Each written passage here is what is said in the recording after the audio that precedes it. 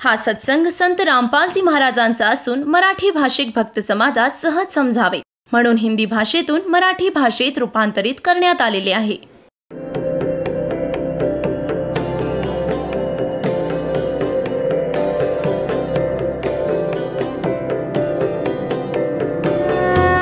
और ज्ञान सब ज्ञान डी कबीर ज्ञान सो ज्ञान और जैसे घोड़ा तोब कायम करता चले मैदान. जगद्गुरु तत्वदर्शी संत रामपालजी महाराजांचे अमृत वचन सर्व पवित्र धर्मांच्या व पवित्र शास्त्रांच्या आधारावर. आणि जसं ओम तत्सत मध्ये 3 मंत्र सांगितले त्यातील एक तत् मंत्र सांकेतिक आहे. हा दास तुम्हाला सांगेल, दुसरं कोणीही सांगू शकणार नाही, अधिकारीही नाहीयेत आणि ह्या दासाच्या आधी याचा कोणाला पत्ताही नव्हता. परंतु परमात्मा कबीरजींनी 600 वर्षांपूर्वी आपल्या वाणीमध्ये हे लिहिलं होतं आणि त्याला आत्ता डिस्क्लोज करायचं होतं, तोपर्यंत गुप्त ठेवायचं होतं. हा परमात्म्याचा आदेश होता. याच कारणाने आदरणीय नानक साहेबजींनी सुद्धा या 2 अक्षरी सतनामाचा जप केला, परंतु अन्य कुणाही शिष्याला प्रदान नाही केला आणि न त्यांना जप करण्याचा आदेश दिला. जसं समुद्राची साखी, जशी गुरुनानक देवजींची साखी आहे जन्मसाखी, त्यात समुद्राची साखी आहे.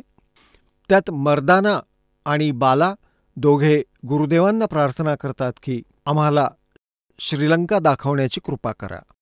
तर ते म्हणाले की चला, समुद्रावरून चालत गेले जसे जमिनीवरून चालतात, आणि त्यांना म्हणाले की तुम्ही वाहेगुरु वाहेगुरु जपत राहा. आता मर्दाना आणि बाला तर वाहेगुरु जप करत होते आणि नानकजी हा 2 मंत्रांचा जप करत होते, सतनाम जपत होते तोंडाने, मौखिक. त्या दिवशी मर्दानानेही त्याच सतनामाचा जप सुरू केला. तो बुडू लागला समुद्रात. तेव्हा गुरुजी म्हणाले की मर्दाना, तू तोच जप कर जो मी तुला सांगितला आहे, माझी नक्कल करू नकोस, मी करतो तो जप करू नकोस. तेव्हा त्याने तोच जप केला, तो 2 अक्षरी जप बंद केला. आता पुण्यात्म्यांनो, यावरूनही हीच गोष्ट सिद्ध होते की सुनियोजित पद्धतीने परमात्म्याने इथपर्यंत आणले आहे हे रहस्य.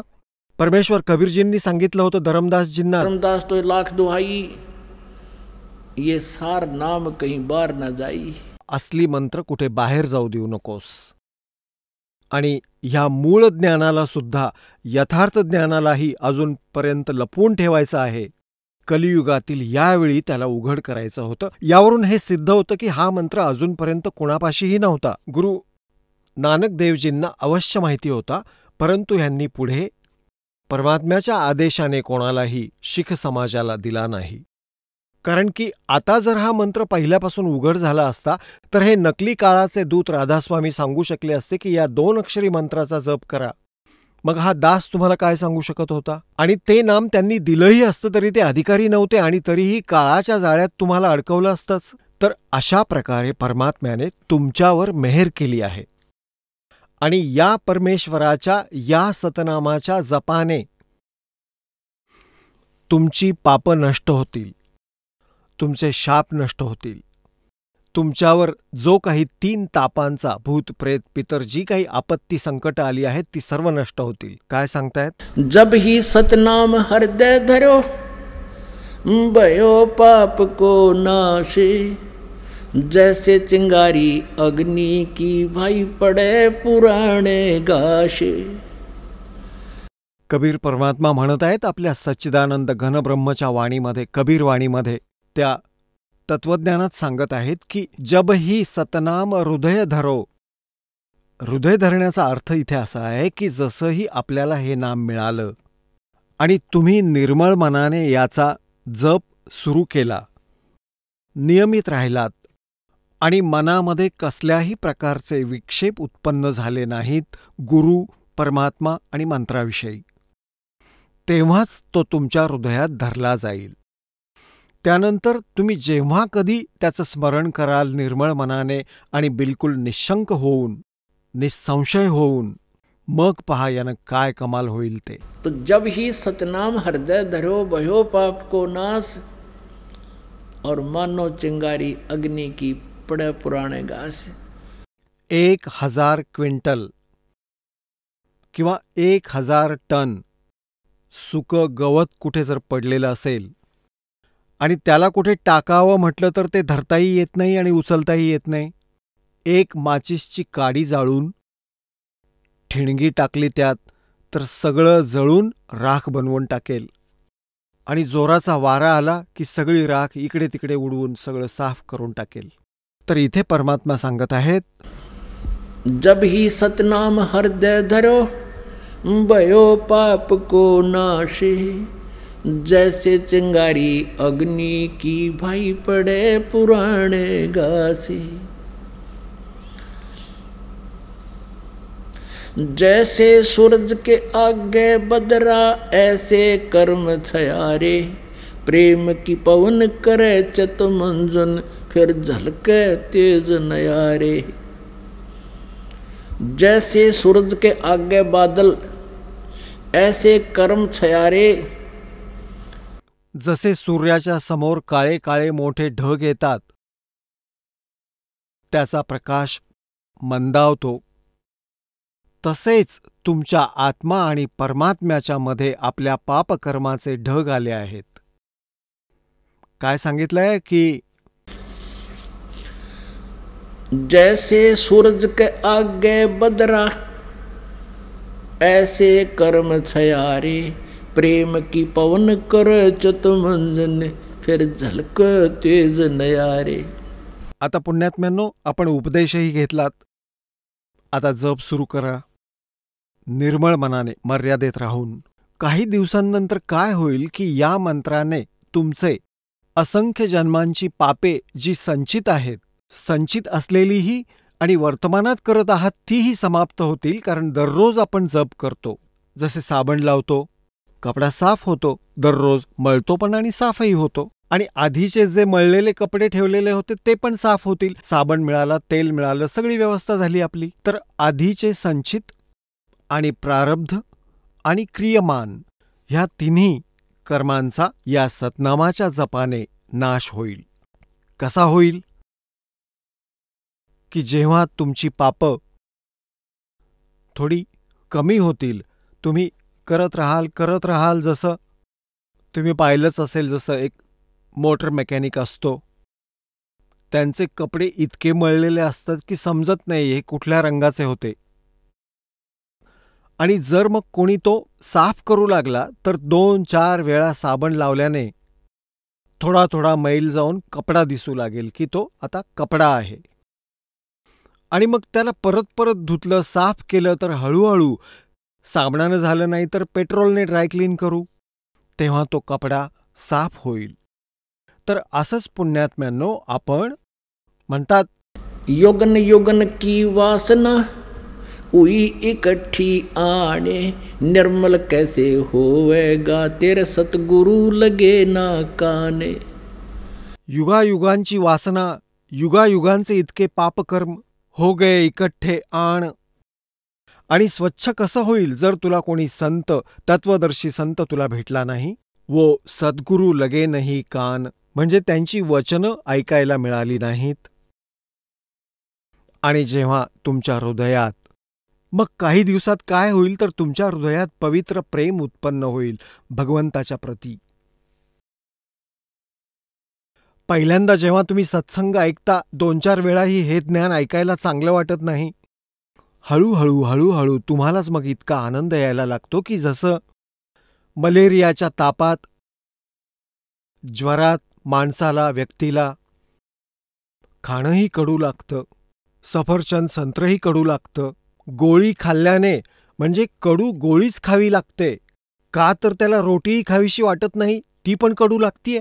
त्या कडूला गोड बनवण्यासाठी कडू गोळीच खावी लागते, कुणीन खावी लागते, इच्छा नसतानाही खावी लागते.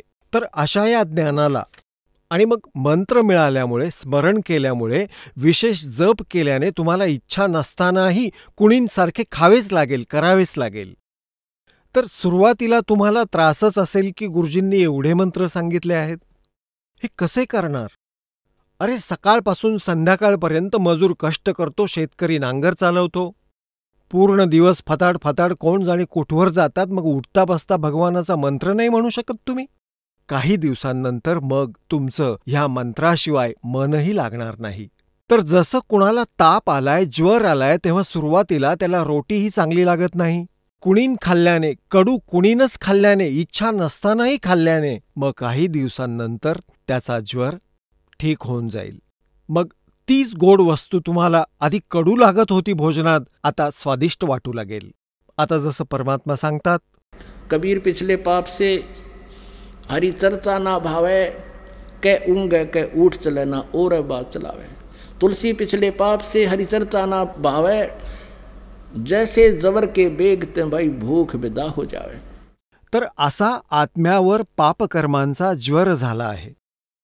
आणि या ज्वराचा नाश करण्यासाठी ही कडू गोळी, हे सत्संग वचन जे आजपर्यंत तुम्ही ऐकलं नाहीत, एकदा तरी दचकतो माणूस या ज्ञानाला ऐकून. एकदा तरी सहन करा जिभेवर कुणीन ठेवून की ब्रह्मा विष्णू महेश यांच्याही पेक्षा श्रेष्ठ अजून कोणी शक्ती आहे.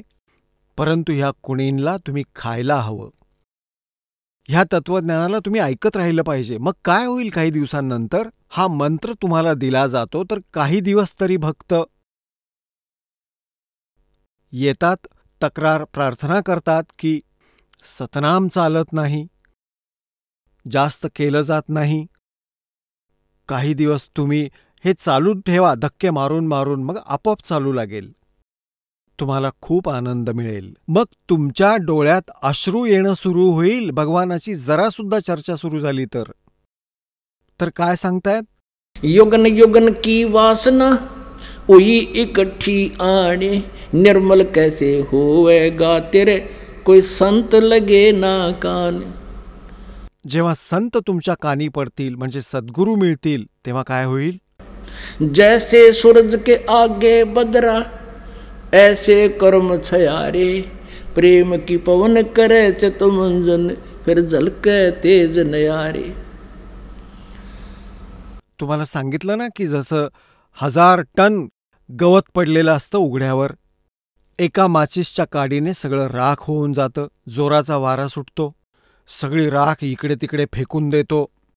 तर काय सांगतात की असंख्य जन्मांची वासना तुझ्या पापकर्मांना परमसंताकडून प्राप्त झालेल्या त्या सतनामाच्या मंत्राने स्वाहा करून टाकेल.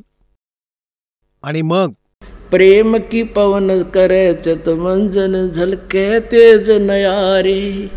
मग डोळ्यात त्या भगवंताप्रती प्रेम जागं होईल, डोळ्यातून अश्रू वाहू लागतील, प्रेमाची हवा सुरू होईल. या ढगांना, जे मध्ये ढग साचले आहेत कर्मांचे, त्यांना फेकून देईल, इकडे तिकडे करून टाकेल. आणि मग तुमचा आत्मा निर्मळ होईल, सतलोक प्राप्ती होईल. बोलो सतगुरुदेव की जय हो.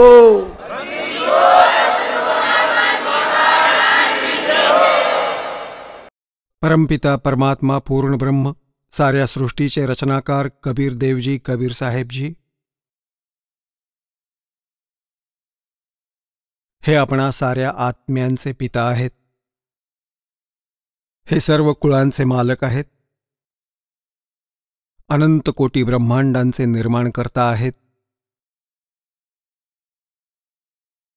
आपण तत्वज्ञानाच्या अभावाने परमात्म्याच्या परिभाषेशी परिचित होऊ शकलो नाही. आणि ज्या ज्या कारणांनी आपण आपापली मतं बनवली आहेत, आपले आपले धर्मपंथ बनवले आहेत, त्याविषयी परमात्मा म्हणतात, भाई कोई कहे मारा राम बड़ो है, कोई कहे मारा राम बड़ा है,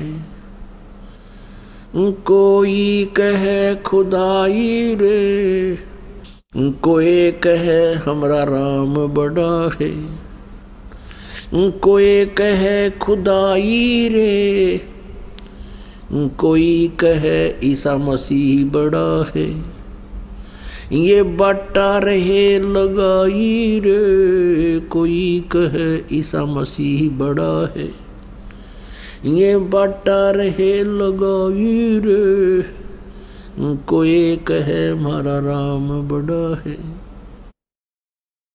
तत्वज्ञानाच्या अभावाने आपण आपल्या आपल्या इष्ट देवाला सुप्रीम मानत आहोत.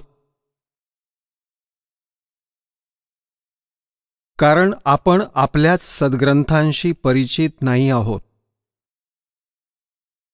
ना तर हिंदू धर्माचे श्रद्धाळू आपल्या पवित्र सद्ग्रंथ शास्त्रांसारख्या पवित्र वेदांशी, पवित्र श्रीमद भगवद गीतेशी आणि पवित्र पुराणांशी परिचित नाहीत. याच प्रकारे मुसलमान धर्माचे पुण्यकर्मी प्राणी परमात्म्याला न ओळखल्याने पवित्र कुराण शरीफमध्ये लिहिलेले ज्ञानाला न समजता आपल्याच सद्ग्रंथांपासून वंचित आहेत. असेच पवित्र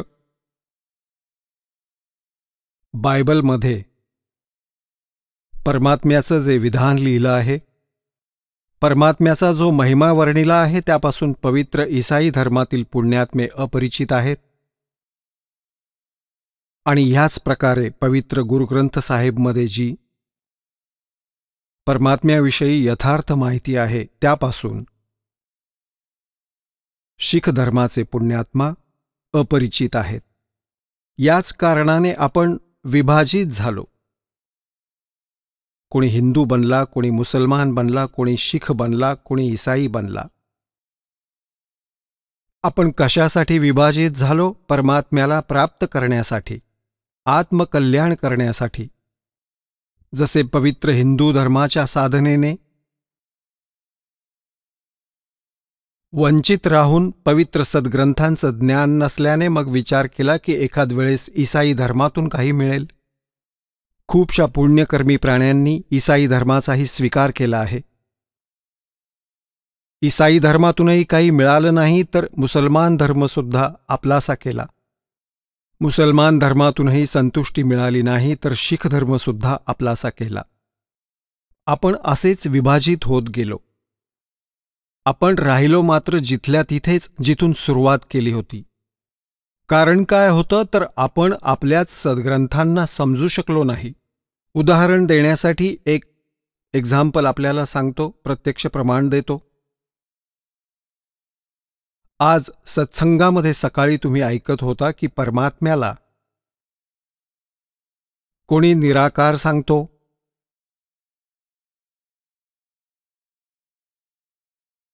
की तो कधी जन्म घेत नाही, तो सर्वव्यापी आहे, तर कोणी तो साकार आहे असं सांगतात.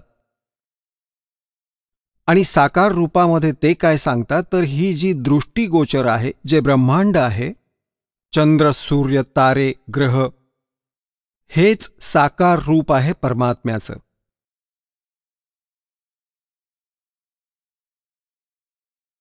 आणि ह्याच कारणाने आपण आजपर्यंत हाच सिद्धांत बनवून आपली साधना करत आलो. आपण साकार मूर्ती ठेवत होतो, भगवान विष्णूजींची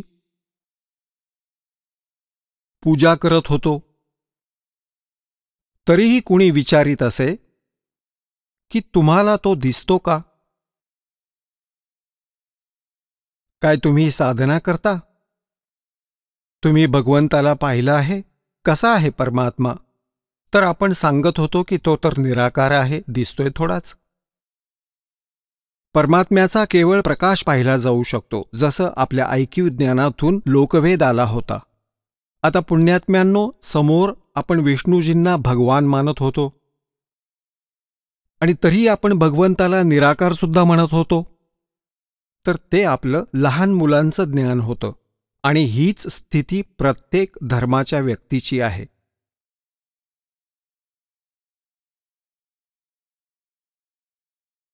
आता तुम्हाला सांगतो परमात्मा कसा आहे. परमात्मा, परमेश्वर, तो साकार आहे, नर आकार आहे, मनुष्य दृश्य आहे आणि तो सतलोकामध्ये राहतो. सतलोक असं स्थान आहे जे कधी नाश होत नाही. गीतेच्या अध्याय क्रमांक 18 मधील श्लोक क्रमांक 62 मध्ये त्यालाच शाश्वत स्थान म्हटलं आहे. म्हणजेच सनातन परमधाम. आणि तिथे गेल्यावर प्राण्याचा कधी जन्ममृत्यू होत नाही. आता जेवढेही सतलोकाच्या सतखंडाची महिमा गाणारे हे पंथ आहेत, त्यांना कखचंही ज्ञान नाही सतखंड आणि वरील लोकांचं. केवळ कानोकानी ऐकलेलं ज्ञान परमात्मा कबीरजींच्या वाणीला रटून पाठ केलं आहे, त्याचाच उलटा सुलटा अनुवाद करून भोळ्या आत्म्यांना भ्रमित करून ठेवला आहे, जे त्यांचे अनुयायी आहेत. सर्वप्रथम तुम्हाला पवित्र बायबलशी परिचित करतो. पवित्र बायबल वाचणाऱ्यांना तुम्ही विचारा, परमात्मा साकार आहे की निराकार? ते म्हणतील परमात्मा निराकार आहे, आणि म्हणतात गॉड इज फॉर्मलेस. त्यांनी तर पवित्र बायबल समजूनच घेतलेलं नाही. पवित्र बायबलमध्ये लिहिलं आहे की परमात्मा मनुष्यसदृश आहे, आणि 6व्या दिवशी त्या परमेश्वराने म्हटलं की मी मनुष्याला माझ्याच रूपात उत्पन्न करीन, आणि तसंच केलं. 6व्या दिवशी भगवंतानं मनुष्याला आपल्याच रूपात उत्पन्न केलं, नर आणि नारी बनवून त्यांची उत्पत्ती केली. आता पहा प्रमाण पवित्र बायबलमध्ये. पवित्र बायबल, संपूर्ण जीवन अध्ययन बायबल. पवित्र बायबल, संपूर्ण जीवन अध्ययन बायबल. संपादक आहेत डेव्हिड स्टुआर्ड, इंग्रजी. प्रधान संपादक Donald C Stamps, MA, MDiv. संयुक्त संपादक. हे सगळं लिहिलेलं आहे. हे USA मधून छापलं आहे. आता हे पहा, उत्पत्ती, ज्याला इंग्रजीमध्ये म्हणतात हे जेनेसिस. इथे सुरुवात होते. सुरुवातीला परमेश्वराने आकाश आणि पृथ्वीची सृष्टी केली. पृथ्वी बेडौल आणि ओसाड पडली होती, आणि खोल पाण्यावर अंधार पसरला होता, आणि परमात्म्याचा आत्मा त्या पाण्यावर फिरत होता. जेव्हा परमेश्वराने म्हटलं की प्रकाश होऊ दे, तेव्हा सगळीकडे प्रकाश पसरला, आणि परमेश्वराने प्रकाशाकडे पाहून म्हटलं की ठीक आहे, आणि मग परमेश्वराने प्रकाशाला अंधारापासून वेगळं केलं. आणि परमेश्वराने प्रकाशाला दिवस आणि अंधाराला रात्र म्हटलं. संध्याकाळ झाली, मग पहाट झाली. पहाट म्हणजे सकाळ.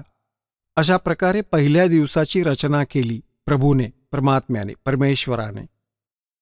मग परमेश्वर म्हणाला, पाण्यामध्ये असं अंतर पडावं, पाणी 2 भाग होईल, आणि तसंच झालं. तर अशा प्रकारे संध्याकाळ झाली, पहाट झाली, आणि दुसरा दिवस उजाडला. मग तिसऱ्या दिवशी अजून काही रचना केली, आणि पहाट झाली, संध्याकाळ झाली, आणि तिसरा दिवस झाला. हे पहा, संध्याकाळ झाली, पहाट झाली, आणि चौथा दिवस उजाडला. अजून काही रचना केली परमात्म्याने. चौथा दिवस होऊन गेला. आता या पृष्ठ क्रमांक 5 वर आता अजून बरीचशी रचना केली परमेश्वराने, आणि संध्याकाळ झाली, पहाट झाली, आणि असा 5वा दिवस झाला. आता आपण 6वा दिवस वाचू. मग परमेश्वराने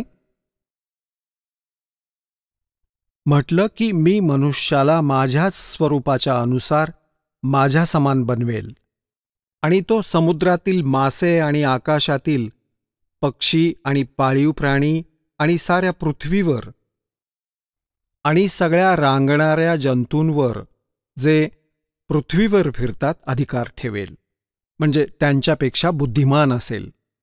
तेव्हा परमेश्वराने मनुष्याला आपल्या स्वरूपाप्रमाणे उत्पन्न केलं. आपल्याच रूपाच्या अनुसार परमेश्वराने त्याला उत्पन्न केलं.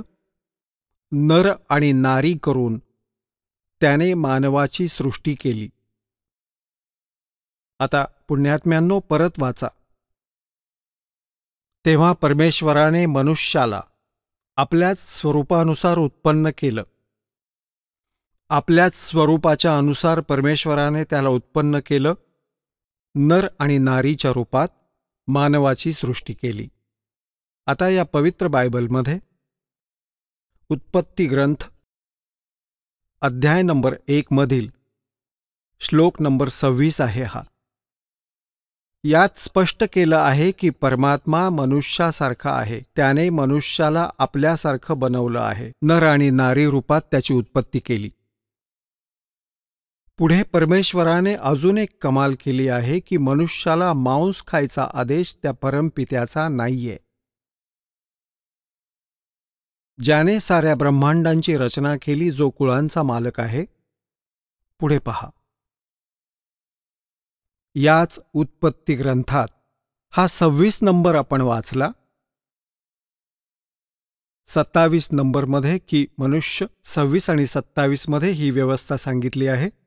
ह्या 27व्या श्लोकात लिहिलं आहे की तेव्हा परमेश्वराने मनुष्याला आपल्या स्वरूपाप्रमाणे निर्माण केलं. आपल्या रूपाच्या अनुसार परमेश्वराने मनुष्याला उत्पन्न केलं आणि नर आणि नारी रूपात मनुष्याची सृष्टी केली. आता 29व्या श्लोकात पहा. मग परमेश्वराने त्यांना सांगितलं, मनुष्यांना, ऐका, जितकी बिया धारण करणारी छोटी छोटी झाडं या सर्व पृथ्वीवर आहेत आणि जेवढ्या वृक्षांमध्ये बीज असणारी फळं असतात, हे सारं मी तुम्हाला दिलं आहे तुमच्या भोजनासाठी. आता पूर्ण परमात्म्याचा कोणताही आदेश नाही मांसाहार करायचा कोणत्याही मनुष्याला. आणि हे किती वाईट पद्धतीनं खातात हे ईसाई लोक. तेव्हा संध्याकाळ झाली, पहाट झाली आणि अशा प्रकारे 6वा दिवस पार पडला आणि खूप काही रचना केली यानंतर. आता 7वा दिवस पहा.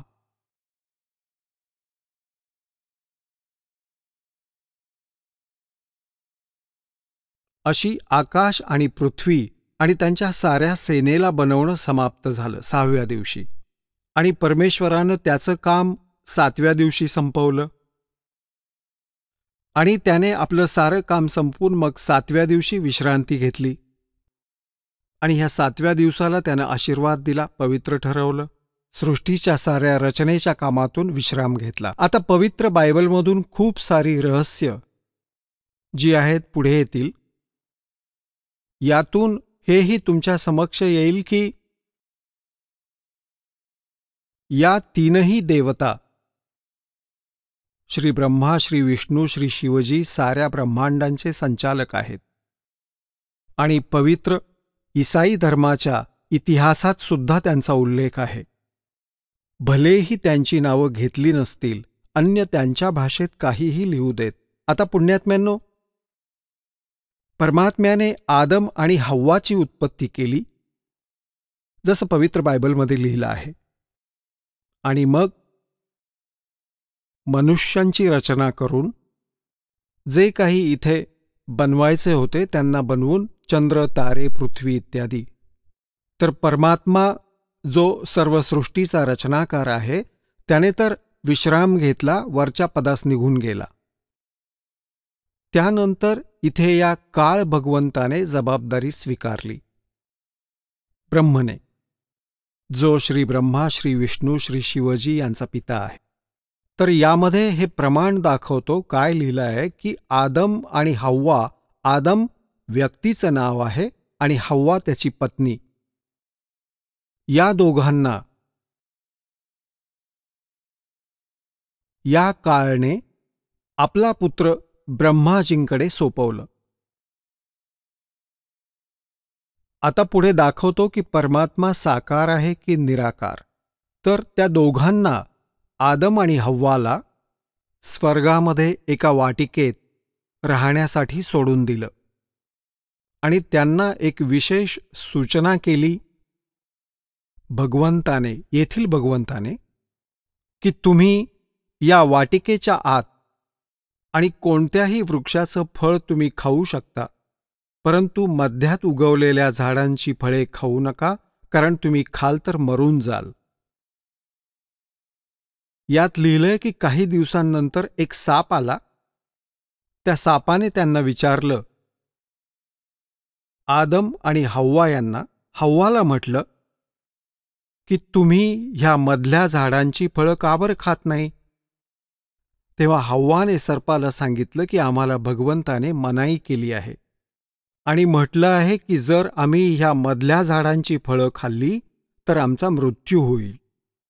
तर सर्प म्हणाला की नाही, असं होणार नाही. हा भगवान तुम्हाला फसवत आहे. तुम्ही मरणार नाही, तर तुम्हाला चांगलं आणि वाईट यांचं ज्ञान होईल ही फळं खाल्ल्याने. याचमुळे भगवंताने तुम्हाला अंधारात ठेवलं आहे की जर तुम्ही ही मधली फळं, ह्या मधल्या वृक्षाची फळं खाऊन स्वतःच्या अस्तित्वाला जाणून घ्याल, ते त्याला नको आहे. आता हव्वाने त्या मधल्या वृक्षाचं फळ तोडलं, स्वतःही खाल्लं आणि आपल्या पतीलाही खाऊ घातलं. त्यावेळी ते दोघेही नग्न होते आणि त्यांची अशी बुद्धी होती की ते एकमेकांपासून लाजत नव्हते. ते फळ खाल्ल्यानं त्यांना जाणीव झाली की आपण असं नाही राहिलं पाहिजे. तर त्यांनी अंजिराची पानं असतात अशी मोठी मोठी, त्या पानांना तोडलं आणि आपल्या शरीरावर बांधलं. लिहिलं आहे या पवित्र बायबलमध्ये की संध्याकाळच्या वेळी भगवान आले वाटिकेत फेरफटका मारण्यासाठी आणि त्यांनी आवाज दिला की आदम आणि हव्वा, तुम्ही कुठे आहात? भगवंताला पाहून त्याची चाहूल लागताच ते लपून बसले वृक्षांच्या मध्ये आणि म्हणू लागले की आम्ही इथे बसलो आहोत. आम्हाला तुमच्यासमोर यायची लाज वाटते कारण की आम्ही नग्न आहोत. तर भगवंत म्हणाले की तुम्ही मधल्या झाडाचं फळ खाल्लं का? ते म्हणाले की हो, आम्ही त्या मधल्या झाडाचं फळ खाल्लं. ज्यामुळे आता आम्हाला एक दुसऱ्यासमोर यायला लाज वाटू लागली आहे. यामुळे भगवान नाराज झाले आणि म्हणाले की तुम्हाला कुणी सांगितलं या झाडाचं फळ खायला? हव्वा म्हणाली की सर्पाने सांगितलं, सापाने. आता पुण्यात्म्यांनो, आपल्याला यातील आपल्यासाठी महत्त्वाचं तेवढंच घ्यायचं आहे. हे मोठे सद्ग्रंथ आहेत, मोठं वन आहे, आध्यात्मिक वन. आणि आध्यात्मिक वनातून आपल्याला जी औषधी पाहिजे आपल्या रोग निवारणासाठी तेवढीच काढून घेऊ. बाकी ठीक आहे, हिरवगार तर आहेच ते. तुम्हाला अजून हे दाखवतो की भगवान वाटिकेत फेरफटका मारत होते आणि हेही दाखवतो पवित्र बायबलमध्ये की त्याने म्हटलं की आता ह्या मधल्या झाडाचं फळ खाल्ल्याने हा मनुष्य बुद्धिमान झाला आहे आणि कुठे असं ना हो की जीवनाच्या वृक्षाचं फळही हे खाऊन टाकतील आणि अमर होतील. म्हणून त्यांना वाटिकेतून बाहेर काढलं त्यांना आणि त्यांच्यासाठी कातड्याचे कपडे बनवले भगवंताने. तर भगवान निराकार कुठून झाला? कुठून झाला निराकार? हा कुठून आणला हा सिद्धांत? हे पहा, हे आपण वाचत आहोत पवित्र बायबल आणि जेनेसिस 3 म्हणजे 3रा अध्याय, मनुष्याचं पतन, पृष्ठ क्रमांक 9 वर. तिथे यहोवा परमेश्वराने जेवढे काही पशु बनवले होते त्या सगळ्यात सर्प धूर्त होता. तो स्त्रीला म्हणाला, काय हे खरं आहे का की परमेश्वर असं म्हणाला की तुम्ही या वाटिकेतील कोण्या वृक्षाचं फळ खाऊ नका?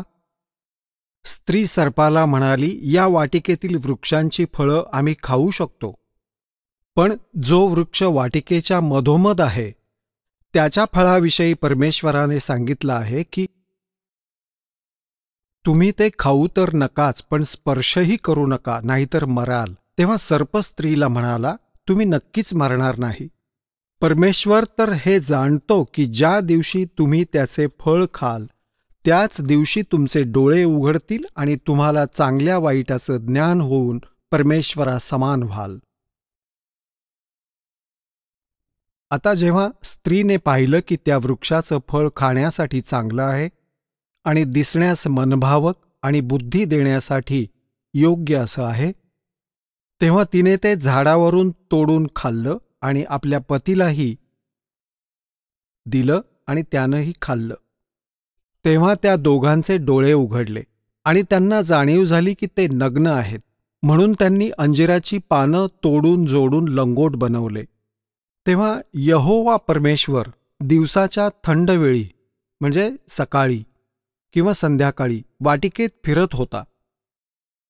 आता पहा, तेव्हा यहोवा परमेश्वर म्हणजे यहोवा म्हणा किंवा परमेश्वर म्हणा, जो दिवसाच्या शीतल वेळी वाटिकेत फिरत होता, भटकत होता, त्याचे शब्द त्यांना ऐकू आले, त्याच्या पावलांचा आवाज ऐकू आला.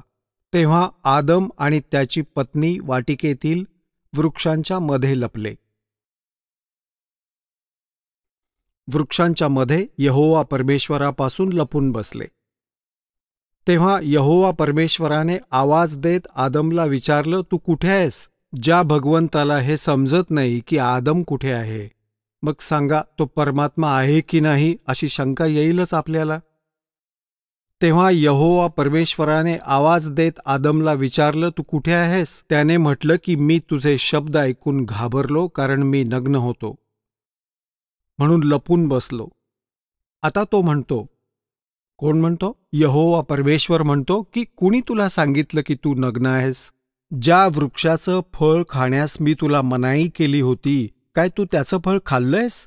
आदम म्हणाला, ज्या स्त्रीला तू माझ्याबरोबर राहण्यासाठी दिलं आहेस, तिनंच त्या वृक्षाचं फळ मला दिलं आणि मी ते खाल्लं.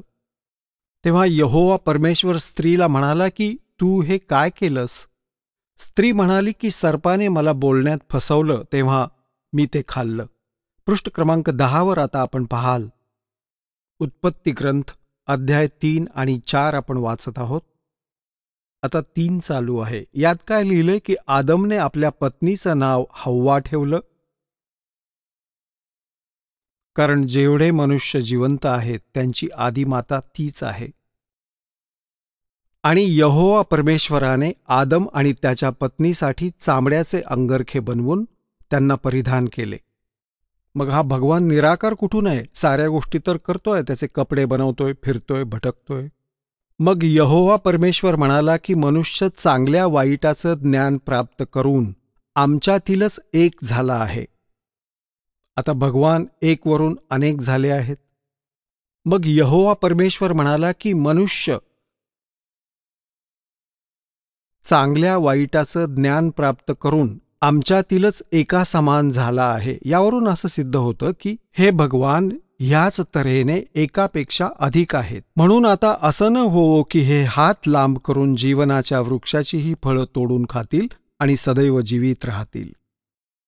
एक अजून प्रमाण दाखवतो याच पवित्र बायबलमध्ये, हे पहा. या पृष्ठ क्रमांक 11 सुद्धा हेच समर्थन आहे.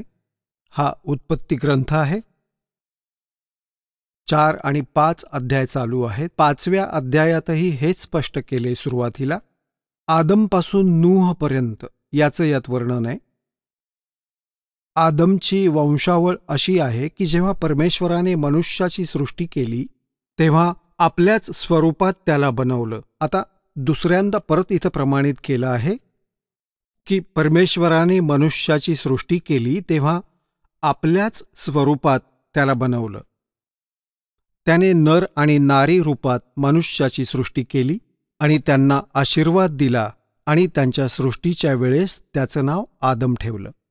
आता स्पष्ट झालं? 2 वेळा परत सांगितलं. आता पुढे दाखवतो. हे 3 आहेत जे यांना कंट्रोल करतात. कुणाला? ईसाई धर्माला. हे पहा, ते 3 आहेत. 3चंही प्रमाण तुम्हाला देतो. हे पहा,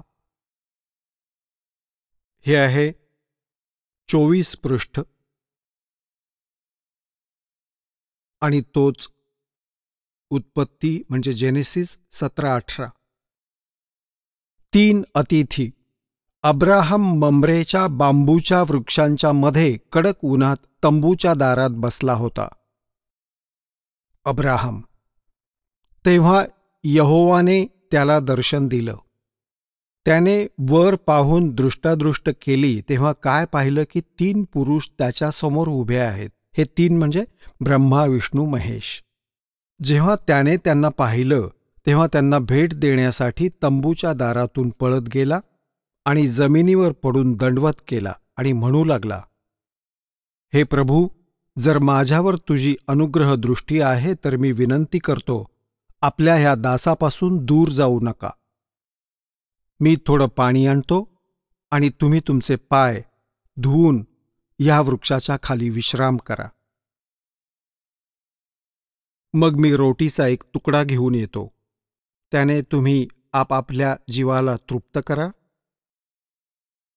आणि त्यानंतरच पुढे जा, कारण तुम्ही तुमच्या दासापाशी याच कारणाने आला आहात.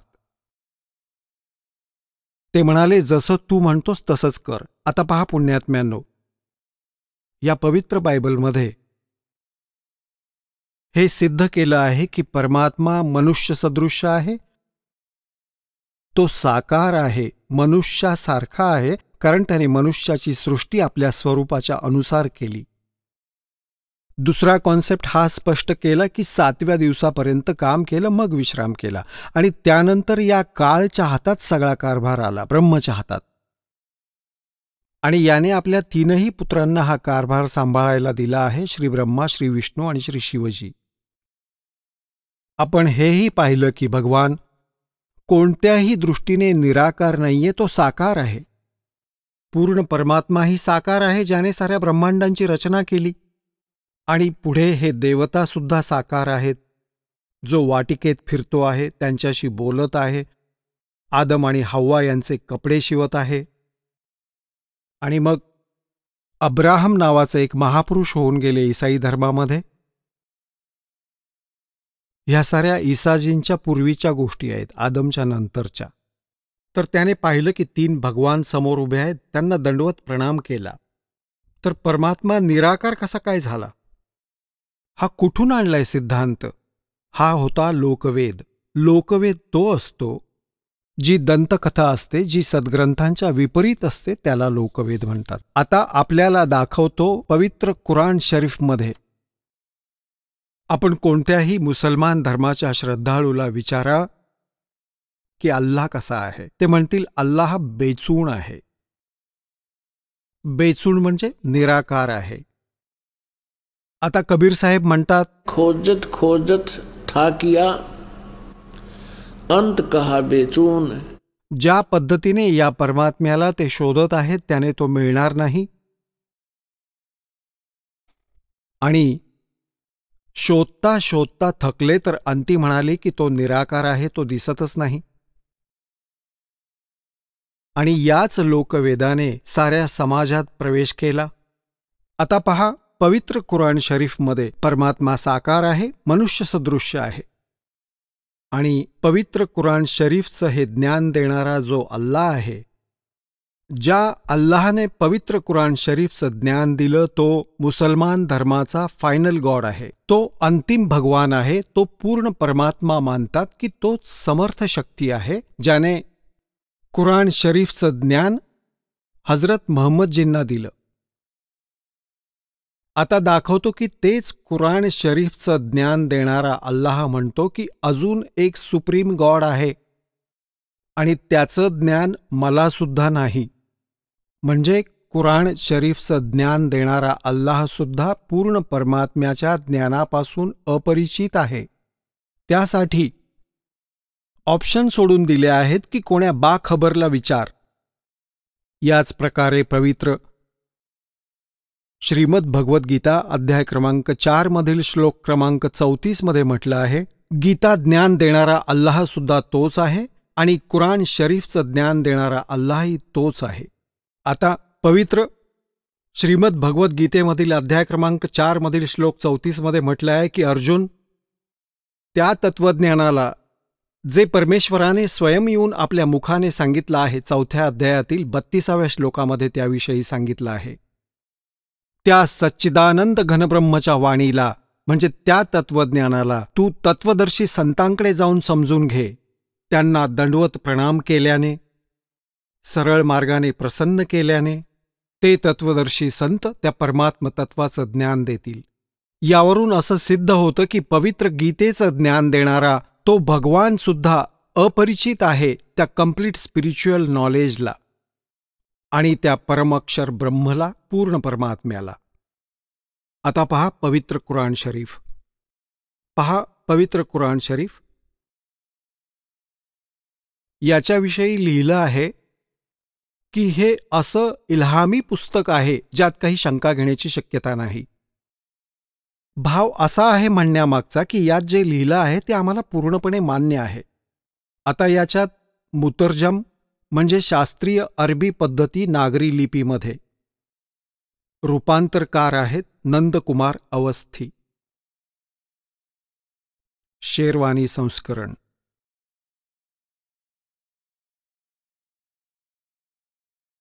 हे पण तेच प्रकरण आहे.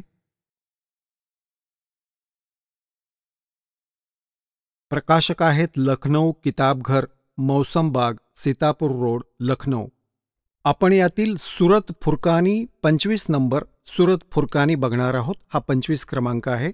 पृष्ठ क्रमांक 604 वर हे कुराण शरीफ. आणि इथे पहा, यातील 52 क्रमांकाच्या आयतपासून सुरुवात करूया. 52 पासून. फला तुतील काफिरिन व जाहिदहम बिही जिहादन कबीरन. आता या प्रकारे यांनी, ही तर आहे अरबी भाषा देवनागरी लिपीमध्ये लिहिली. ही आहे अरबी भाषा उर्दू भाषेमध्ये लिहिली आहे. उर्दू लिपीमध्ये हे सारे. आणि हीच भाषा जर हिंदीमध्ये लिहिली यांनी, जशा प्रकारे ही उर्दूमध्ये लिहिली आहे, भाषा ही अरबी आहे. याचा अनुवाद पण यांनी इथे केला आहे. पहा, हा 52 नंबर आहे. आता कुराण शरीफचे ज्ञान देणारा अल्लाह हजरत महम्मदजी यांना म्हणत आहे की ए पैगंबर, तू काफिरांचं म्हणणं ऐकू नकोस. आणि या कुराणातील सूचनांनुसार, म्हणजे मी तुला जे ज्ञान देत आहे त्याचा सामना चांगला जोर लावून कर. यांनी या कबीरचा अर्थ जिहादन कबीरन, यांनी कबीरचा अर्थ इथे मोठा असा केला आहे. आता कोणत्या ना कोणत्या अक्षराचा, शब्दाचा अर्थ तर असतोच. आता त्याचा वास्तविक अर्थ काय होतो ते हा दास सांगेल. याचा अर्थ असा आहे की हजरत महम्मदला कुराण शरीफ सांगणारा अल्लाह म्हणत आहे की जो कबीर नावाचा भगवान आहे, कबीरच अल्लाह आहे, ज्याला हे अल्लाहू अकबर म्हणतात. अल्लाह अकबर, अल्लाह कबीर. अल्लाह कबीरचा अर्थ आहे, हे करतात, तो मोठा भगवान. ही होती यांच्याच शब्दात. आपण हे मानूया की तो मोठा भगवान आहे. ज्याच्याकडे कुराण शरीफचं ज्ञान देणारा अल्लाह हजरत महम्मदला सांगत आहे की तो जो मोठा भगवान आहे त्याच्याविषयी हे अन्य व्यक्ती जे काफिर आहेत, जे त्या मोठ्या भगवंताला भजत नाहीत, ते काफिर आहेत. आणि ते विश्वास करत नाहीत या गोष्टींवर ज्या मी तुला सांगत आहे की कबीर इज गॉड, की तो अल्लाह आहे, तो मोठा भगवान आहे. तर तू त्यांच्या बोलण्यात येऊ नकोस आणि माझ्याद्वारा दिल्या गेलेल्या या कुराण शरीफच्या ज्ञानावर विश्वास ठेव आणि त्यांचं म्हणणं ऐकू नकोस. यासाठी तू संघर्ष कर, कबीरसाठी संघर्ष कर. जिहादन कबीरन, या कबीर भगवानसाठी. कबीर अल्लाह, जे कबीर अल्लाह आहेत ते कबीर परमात्मा आहेत, साऱ्या सृष्टीचे रचनाकार आहेत. तू माझ्या म्हणण्यावर विश्वास ठेव. आणि हे काफिर मानत नाहीत या कबीरला, या भगवंताला, त्या समर्थ शक्तीला. तू त्यांच्या बोलण्याला फसू नकोस आणि माझ्याद्वारे दिल्या गेलेल्या या कुराण शरीफमधील सूचनांवर विश्वास ठेव आणि त्यांच्यासाठी संघर्ष कर. भांडू नकोस. जिहादचा अर्थ काही भांडणं नाही, संघर्ष कर. भले ते तुला त्रास देवोत, दुःखी करोत, पण तू त्यांचं म्हणणं ऐकू नकोस, एवढीच गोष्ट. आता इथे जो कबीर शब्द आहे, कबीरन शब्द आहे, तर दुसरी कुराण मजीद आहे, पवित्र मजीद आहे, ती दाखवतो. पवित्र कुराण शरीफ आणि कुराण मजीदमध्ये बस नावाचं अंतर आहे, जशास तसं अक्षर आहे. ओळीमध्ये सुद्धा फरक नाहीये. तरीही यातून खूप सारा कॉन्सेप्ट क्लिअर होईल. हे पहा, हे आहे पवित्र कुराण मजीद. प्रकाशक आहेत आसिफ बुक डेपो, 422 मटिया महल, जामा मस्जिद, दिल्ली 6. कुराण मजीद हिंदी मुतरजम मा अरबी मतन तर्जुमा मौलाना फतेह मोहम्मद खां साहेब, जालंधरी. तशीही मौलाना अब्दुल मजीद सरवर साहिब. प्रकाशक आहेत Farid book depot private limited. चला आता आपण त्या श्रद्धाळूंचे अनुभव जाणून घेऊयात ज्यांनी जगद्गुरु तत्वदर्शी संत रामपालजी महाराजांकडून नामदीक्षा प्राप्त केलेली आहे, तसेच त्यांच्याद्वारे सांगितलेल्या भक्ती मार्गावर चालत आहेत. नमस्कार सतसाहेब. आपलं नाव? माझं नाव लालचंद जगदाळे. आपण कुठून आलात? मी नाशिक महाराष्ट्रातून आलो आहे. संत रामपालजी महाराजांची दीक्षा आपण कधी घेतली? मी संत रामपालजी महाराज यांच्याकडून नामदीक्षा 14 जुलै 2014 रोजी बरवाला येथे घेतली. संत रामपालजी महाराजांची गुरुदीक्षा घेण्या अगोदर आपण व आपला परिवार कुठली भक्ती साधना करत होतात? संत रामपालजी महाराज यांच्याकडून नामदीक्षा घेण्या अगोदर मी आणि माझा परिवार महाराष्ट्रातील सर्व संत कुलगुरू तसेच खास करून साईबाबा यांची असीम श्रद्धेने भक्ती करत होतो. त्यांचे व्रत करणे, पायी पदयात्रेला जाणे, तसेच आपल्या गावातील भंडारे आणि पदयात्रा यांचा लाभ घेत होतो. आणि गणपती पूजा जसे की व्रत आणि मंगळी वगैरे पकडणे असे प्रकारचे आम्ही व्रत पकडत होतो. आणि साहेबांवरती पूर्णपणे एकदम असीम निष्ठेने त्यांची श्रद्धा फक्त त्यांचंच करत होतो. जसं की तुम्ही सांगत आहात की तुम्ही शिर्डीचे साईबाबा यांचे परमभक्त होता, तर ती भक्ती सोडून तुम्ही संत रामपालजी महाराजांची भक्ती का स्वीकारली? मी संत रामपालजी महाराज यांच्या भक्तीत येण्याचं कारण असं झालं की माझे मामा हे नंदुरबार जिल्ह्यातून होते. तर मी संत रामपालजी महाराज यांच्या भक्तीत येण्या अगोदर साईबाबाची असीम निष्ठेने भक्ती करत होतो. त्यावेळेस मला खूप दुःख येत होते, खूप परेशान होतो. घरातील परिस्थिती ही अत्यंत बिकट होती. घरात 2 टाईमचं खाणंसुद्धा मुश्किल होतं. घर भाड्याचं होतं. संपूर्ण वाईट परिस्थिती. घरात कोणाला नोकरी नव्हती. अशा हालाकीच्या परिस्थितीत माझं शिक्षण माझे घरचे करत होते. परंतु त्यावेळेस माझ्या मामांनी त्यांना संत रामपालजी महाराज यांचं हे एक ज्ञानगंगा नावाचं पुस्तक भेटलं. त्यावेळेस त्यांनी मला फोन करून कळवलं की हे तू पुस्तक वाच आणि संत रामपालजी महाराज यांच्याकडून नामदीक्षा घे, तुझे सर्व संकट दूर होतील, परमेश्वर दया करतील. मी त्यांना बोललो की तुम्ही हे काय सांगताय, आपल्या महाराष्ट्रामध्ये एवढे साधू संत आहे, एवढे साईबाबा आहे, विठ्ठल रखुमाई आहे, संपूर्ण देवदेवता आपल्या महाराष्ट्रात असताना तुम्ही इकडं हरियाणात कोणत्या बाबांकडे जाताय आणि काय नाम घेताय, हे संपूर्ण तर भोंदू असतात. आपल्या मनाने काहीतरी सांगतात, लोकांना फसवतात आणि तुम्ही मला हे काय सांगताय, असं काही नाही होऊ शकत. साईबाबा सर्वश्रेष्ठ आहे. मग ते एक दिवशी ते माझे मामा आमच्या घरी आले आणि आल्यानंतर त्यांनी माझ्याशी बरेच परमेश्वराविषयी खूप ज्ञान चर्चा केली. त्यावेळेस मी त्यांना म्हणालो की तुम्ही एवढं काही सांगताय की परमेश्वर असा आहे तसा आहे, तर याला प्रमाण काय? तर त्यावेळेस त्यांनी मला संत रामपालजी महाराज यांनी लिहिलेलं ज्ञानगंगा नावाचं पुस्तक दिलं. त्यामध्ये मी स्वतः उघडून बघितलं की सर्व 4 वेद, 16 शास्त्र, 18 पुराण हे पूर्ण परमेश्वराकडे बोर्ड दाखवत आहे की तो पूर्ण परमेश्वर कोण आहे. त्याची भक्ती केल्याने संपूर्ण घरातील दारिद्र्य दूर होईल आणि आपला मोक्ष होईल. पण तरी बी माझं मन मानत नव्हतं. मग मी त्यांना असं म्हटलं की आपलं एवढं भारतामध्ये एवढे संत आहे, त्यातले मी साईबाबांना एवढं सगळं मानतो, इतकं साईबाबांसाठी मी इतकं काय करतो आणि साईबाबा मला सगळं काय करतील. परंतु त्यांनी सांगितलं की आपल्या 4 वेदांमध्ये तर साईबाबांविषयी काही सांगितलेलं नाही, तो पूर्ण परमेश्वर तर कोणी वेगळाच आहे. तरी माझं म्हणणं ऐकत नव्हतं. एकीकडे मी ते ज्ञानगंगा पुस्तक वाचत होतो आणि आपल्या शास्त्रांचं मिलन करत होतो आणि एका साईडला माझ्या मनातील साईबाबांबद्दलची दृढ भक्ती ही पूर्णपणे वेगळी होत नव्हती. तर त्यावेळेस त्यांनी मला सांगितल्याप्रमाणे मी त्यांना म्हटलं की एक काम करा, चला तुमचे संत रामपालजी महाराज यांच्याकडून नामदीक्षा घेतल्यानंतर जर खरंच जर हे पूर्ण परमेश्वर आहे किंवा यांनी सांगितलेलं ज्ञान जर सगळं खरं असेल तर माझ्या घरातलं 18 विश्व आराध्य ही परिस्थिती असलेली, माझं घराचं परिस्थिती अत्यंत खराब आहे, ही परिस्थिती तुमच्या रामपालजी महाराज बदलू शकता का? मग मी नाम घेतो. मला तुमचे रामपालजी महाराज नोकरी लावू शकता का? आज समाजामध्ये एवढी खराब परिस्थिती झालेली आहे की लोकांना रोजगार नाही, नोकऱ्या नाही आणि तुमचे रामपालजी महाराज काय मला नोकरी लावून देतील का? तर ते म्हटले की हो, सगळं खाऊ शकतो, तू फक्त पूर्ण परमेश्वराची भक्ती कर, आपले जे शास्त्र सांगतायत त्यात सांगितल्याप्रमाणे तू वाघ नियमांमध्ये राहा, परमेश्वरासाठी काही अशक्य नाही. मग मी त्यांच्यावरती विश्वास ठेवला आणि त्यांना चॅलेंज केलं, जर तुमचे संत रामपालजी महाराज जर मला सरकारी नोकरीला लावू शकता, जर त्यांच्यात एवढी पॉवर आहे, त्यांनी दिलेली भक्ती ही जर खरी असेल तर मी त्यांच्याकडून नामदीक्षा घेतो. परंतु त्यांनी माझं हे स्वप्न पूर्ण करावं, कारण माझं घरची परिस्थिती अत्यंत बिकट आहे. मला हा एकच पर्याय उरलेला होता. मग मी संत रामपालजी महाराज यांचं ते पुस्तक वाचत होतो आणि त्यांच्यासोबत जाऊन एक दिवशी बरवाला येथे जाऊन संत रामपालजी महाराज यांच्याकडून नामदीक्षा घेतली. जसं की तुम्ही सांगत आहात की तुम्ही शिर्डीच्या साईबाबांना खूप मानत होतात, परंतु ती भक्ती सोडून तुम्ही संत रामपालजी महाराजांची भक्ती स्वीकारली.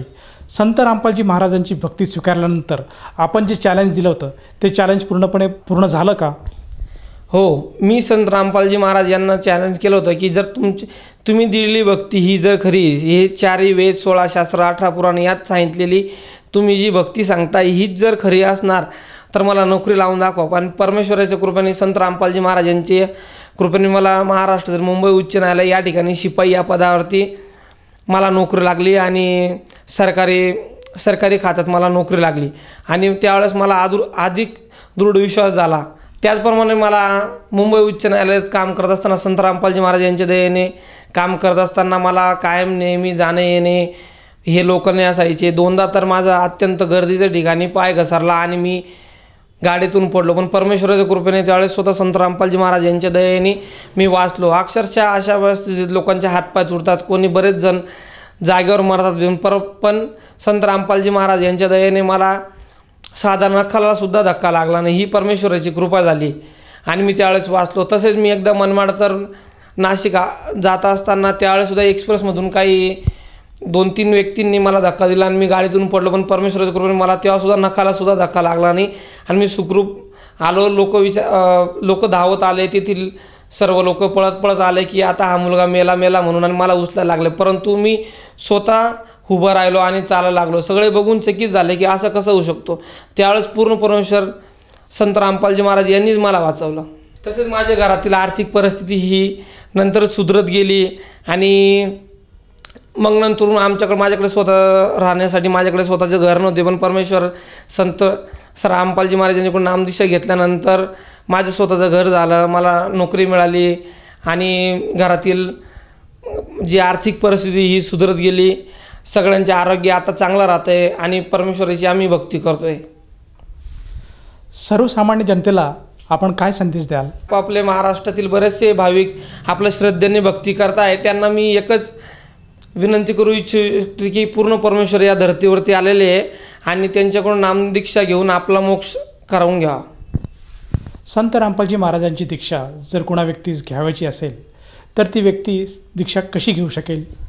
संत रामपालजी महाराज यांच्याकडून जर नामदीक्षा घ्यायची असल्यास सध्या स्क्रीनवरती काही नंबर फ्लॅश होत आहे, तर त्यावरती फोन करून आपण महाराष्ट्रातील नामदान केंद्रांची माहिती घेऊ शकता. संत रामपालजी महाराज यांच्या दयेने संपूर्ण महाराष्ट्रातील खेड्यापाड्यात गावोगावी नामदान केंद्र उभारले गेलेली आहे. तिथून आपण फोन नंबरवरती कॉन्टॅक्ट करून नामदीक्षा घेऊ शकतात.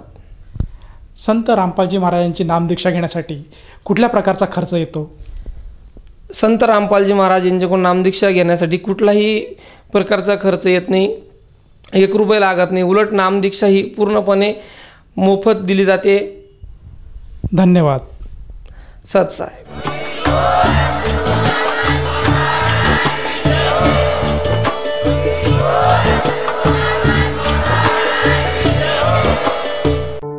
आपण ऐकत होता जगद्गुरु तत्वदर्शी संत रामपालजी महाराजांचे मंगल प्रवचन. निशुल्क नामदीक्षा प्राप्त करण्यासाठी आणि अधिक माहितीसाठी संपर्क करा 7030303951 7030303952. आमची वेबसाईट आहे www.jagadgururampalji.org. सर्व पवित्र धर्मांच्या पवित्र शास्त्रांवर आधारित प्रमाणित अनमोल पुस्तक ज्ञानगंगा किंवा जगण्याचा मार्ग यापैकी कोणतेही एक पुस्तक निशुल्क मागविण्यासाठी आम्हाला आपले पूर्ण नाव, पूर्ण पत्ता, पिनकोड सहित आणि फोन नंबर लिहून 7030303951 7030303952 या नंबरावर SMS करू शकता किंवा आम्हाला 7030303950 या नंबरावर WhatsApp देखील करू शकता.